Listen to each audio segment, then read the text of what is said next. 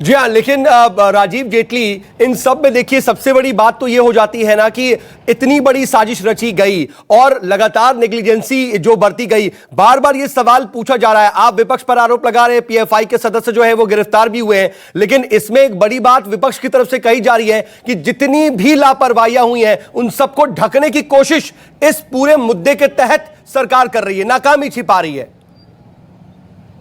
बिल्कुल नहीं सौद साहब, मैं आपको बताना चाहता हूं कि जब ये घटना घटी, उस घटना के बाद 14 तारीख को, 19 तारीख और 26 तारीख को 3 तरह की स्टेटमेंट आई और स्टेटमेंट पुलिस के अंदर दर्ज करवाई गई, बार बार बदली गई। मैं उस बात में अभी नहीं जाना चाहता। हमारी बच्ची है, उसको न्याय मिलना चाहिए।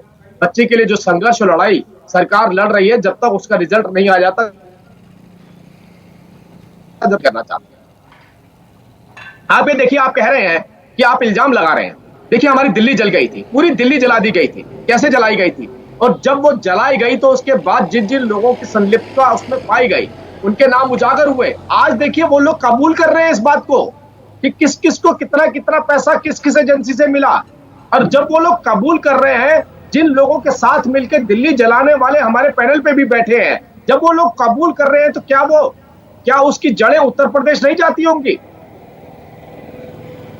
अभय जी देखिए, बार बार सीधे आरोप लगता है कि कहीं ना कहीं एक ट्रेंड सेट कर दिया गया है और जैसा दिल्ली में हुआ वैसा ही यूपी में दोहराने की कोशिश की गई। और इसमें देखिए, सीधे तौर पर अगर राजीव जी कह रहे हैं कि हमारे पैनल में भी शामिल हैं वो लोग जिसमें सीधे तौर पर आप पर इशारा है, तो इसको किस तरह से डिफेंड करेंगे आप? क्योंकि बार बार सीधे उंगली आप पर उठ रही है, उठाई जा रही है। एक बार देखिए आप साहब, एक बात देखिए, मैं जवाब ले लेता हूँ राजीव। कुलदीप सिंह सेंगर में कांग्रेस के प्रवक्ता उसकी जाति का नाम ले रहे हैं। मैं बच्ची कह रहा हूं, इनके लिए के समय भी ठीक है, जवाब ले लेता हूँ।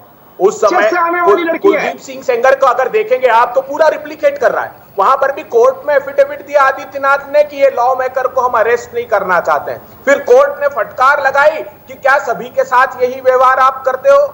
उसके पिता की पुलिस अभिरक्षा में पीट कर हत्या कर दी। उसकी चाची और बुआ को ट्रक से कुचला गया।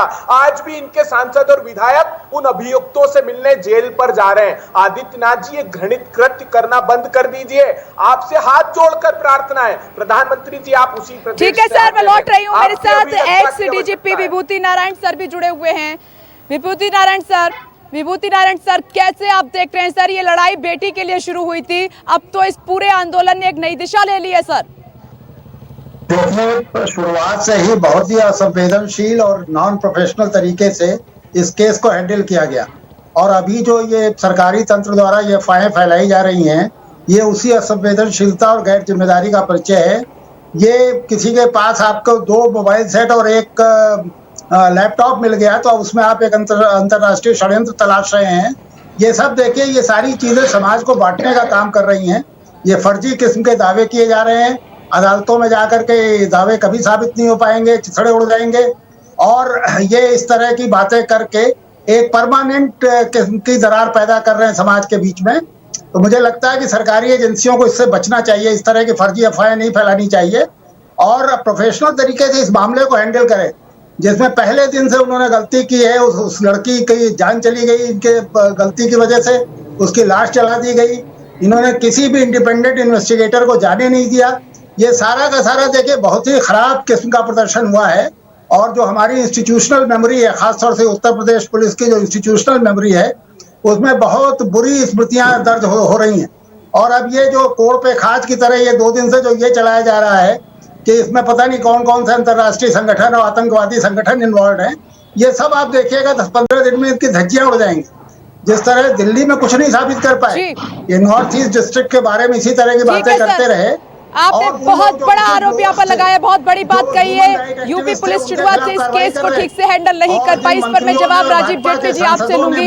मुझे एक छोटे से ब्रेक के लिए यहाँ पर रुकना है सर, एक छोटे से ब्रेक के लिए रुकना है। स्टूडियो में सऊद मौजूद है, राहुल प्रकाश भी लगातार बने हुए हैं, अशोक तिवारी भी लगातार लखनऊ से बने हुए हैं और बड़ा पैनल मौजूद है। और भी सवाल उठेंगे। इस बड़ी खबर पर हमारी नजर लगातार बनी हुई है। छोटा सा ब्रेक, जल्द लौट रहे, लेकिन न्यूज़ 24 की बेटी के लिए मुहिम लगातार जारी। नमस्कार, मैं हूं मानक गुप्ता।